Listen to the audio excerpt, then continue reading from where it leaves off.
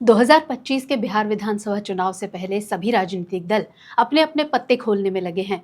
मगर इस बार सबसे बड़ा सवाल ये है कि किसे साथ लिया जाएगा और किसे बाहर रखा जाएगा। आरजेडी ने अपने हालिया संकेतों से इस सवाल का जवाब दे दिया है। एआईएमआईएम को दरकिनार कर दिया गया है और पशुपति पारस को गले लगा लिया गया है। आदाब, मेरा नाम है आतिफा काजी और आप देख रहे हैं द हिंदी टॉप। आज जानेंगे कि तेजस्वी यादव के इस राजनीतिक गणित के पीछे असली कहानी क्या है। तो आइए कहानी शुरू करते हैं 3 जुलाई से। दरअसल इसी दिन एआईएमआईएम ने आरजेडी प्रमुख लालू प्रसाद यादव को चिट्ठी लिखकर महागठबंधन में शामिल होने की इच्छा जताई। बिहार एआईएमआईएम के अध्यक्ष अख्तरुल ईमान ने खुद ये पहल की, लेकिन जवाब में आरजेडी ने बेहद साफ लहजे में सलाह दी कि अगर वाकई भाजपा को हराना चाहते हैं तो बिहार में चुनाव मत लड़िए।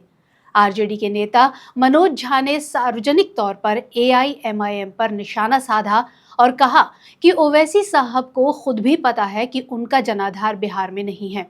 अगर उनकी मंशा सही है तो कई बार चुनाव न लड़ना भी एक राजनीतिक फैसला होता है। चलिए अब कहानी के दूसरे चेहरे यानी पशुपति पारस को देखिए। एक वो नेता जिनकी पार्टी यानी राष्ट्रीय लोक जनशक्ति पार्टी यानी आरएलजेपी चिराग पासवान से अलग होकर बनी थी। 5 जुलाई को रामविलास पासवान की जयंती पर तेजस्वी यादव खुद पारस के घर पहुंचे। दोनों के बीच बंद कमरे में लंबी बात हुई और बात तय हो गई कि पारस अब महागठबंधन का हिस्सा होंगे, यानी एआईएमआईएम को बाहर और पारस को अंदर। अब इस फैसले के पीछे का राजनीतिक दांव क्या है, तो चलिए सबसे पहले एआईएमआईएम की बात कर लेते हैं। 2020 में पार्टी ने सीमांचल की मुस्लिम बहुल सीटों पर चुनाव लड़ा और 5 सीटें जीतकर चौंका दिया।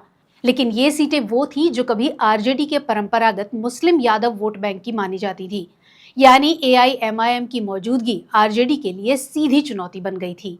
हालांकि बाद में आरजेडी ने उन 5 में से 4 विधायक को तोड़ लिया और एआईएमआईएम को बड़ा झटका दे दिया। लेकिन सीमांचल में एआईएमआईएम की जमीनी मौजूदगी एक सच्चाई बन चुकी है। ऐसे में आरजेडी को एआईएमआईएम को साथ लेना राजनीतिक रूप से जोखिम भरा सौदा लगता है। चलिए अब आते हैं पशुपति पारस पर।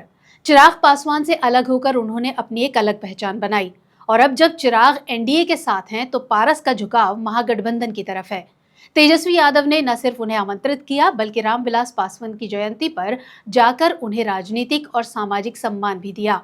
लेकिन सवाल ये भी है कि पारस को क्यों शामिल किया गया, तो जवाब है दलित वोट बैंक। बिहार में दलितों की आबादी करीब 16% है, जिनमें से 30% से ज्यादा जातियां और उपजातियां सिर्फ पासवान जाति की हैं, यानी करीब 69 लाख से ज्यादा वोटर। इन वोटों पर अब दोनों नेता चिराग और पारस दावा कर रहे हैं। ऐसे में आरजेडी के लिए पारस को साथ लेना एनडीए के दलित वोट बैंक में सेंध लगाने का एक रणनीतिक दांव है। अब यहाँ ध्यान देने वाली बात यह भी है कि पारस को अगर ज्यादा सीटें मिलती हैं तो वो चिराग के खिलाफ सीधी टक्कर देने के काबिल बन सकते हैं, और अगर कम सीटें मिलती हैं तो भी वो महागठबंधन के अंदर रहकर दलितों को एक नया विकल्प देने का दावा कर सकते हैं। यानी पारस को साथ लेने का फायदा दो तरफा है। चिराग कमजोर होंगे और महागठबंधन का दलित चेहरा मजबूत होगा। अब इस पूरे घटनाक्रम में सबसे दिलचस्प बात यह है आरजेडी का राजनीतिक संदेश। एआईएमआईएम को बाहर करके और पारस को अंदर करके तेजस्वी यादव ने यह स्पष्ट कर दिया है कि उन्हें ऐसे सहयोगी चाहिए जो सांप्रदायिक ध्रुवीकरण से दूर हों और जिनकी मौजूदगी से भाजपा को फायदा न पहुंचे। एआईएमआईएम को लेकर आरजेडी को डर था कि मुस्लिम वोटों के बंटवारे से सीधा फायदा भाजपा को हो सकता है, और यही वजह है कि आरजेडी एआईएमआईएम को सियासी प्रतिद्वंदी मानती है, न कि सहयोगी। वहीं पारस के साथ आने से महागठबंधन को संकेत मिलता है दलितों के बीच पैठ बनाने का। रामविलास पासवान की विरासत को लेकर जारी लड़ाई अब चिराग बनाम पारस की सीधी टक्कर में बदल चुकी है। तो कुल मिलाकर कहानी ये है कि एक तरफ एआईएमआईएम बाहर है क्योंकि उसकी मौजूदगी से वोट बंटने का डर है, तो दूसरी तरफ पारस अंदर है क्योंकि उनकी मौजूदगी से वोट जुड़ने की उम्मीद है। राजनीति में यही संतुलन मायने रखता है। कौन साथ आएगा, कौन दूर जाएगा और क्यों? तेजस्वी यादव ने यह संतुलन साधने की चाल चल दी है। अब देखना है कि जनता इस चाल को क्या नाम देती है, सियासी सूझबूझ या सियासी स्वार्थ।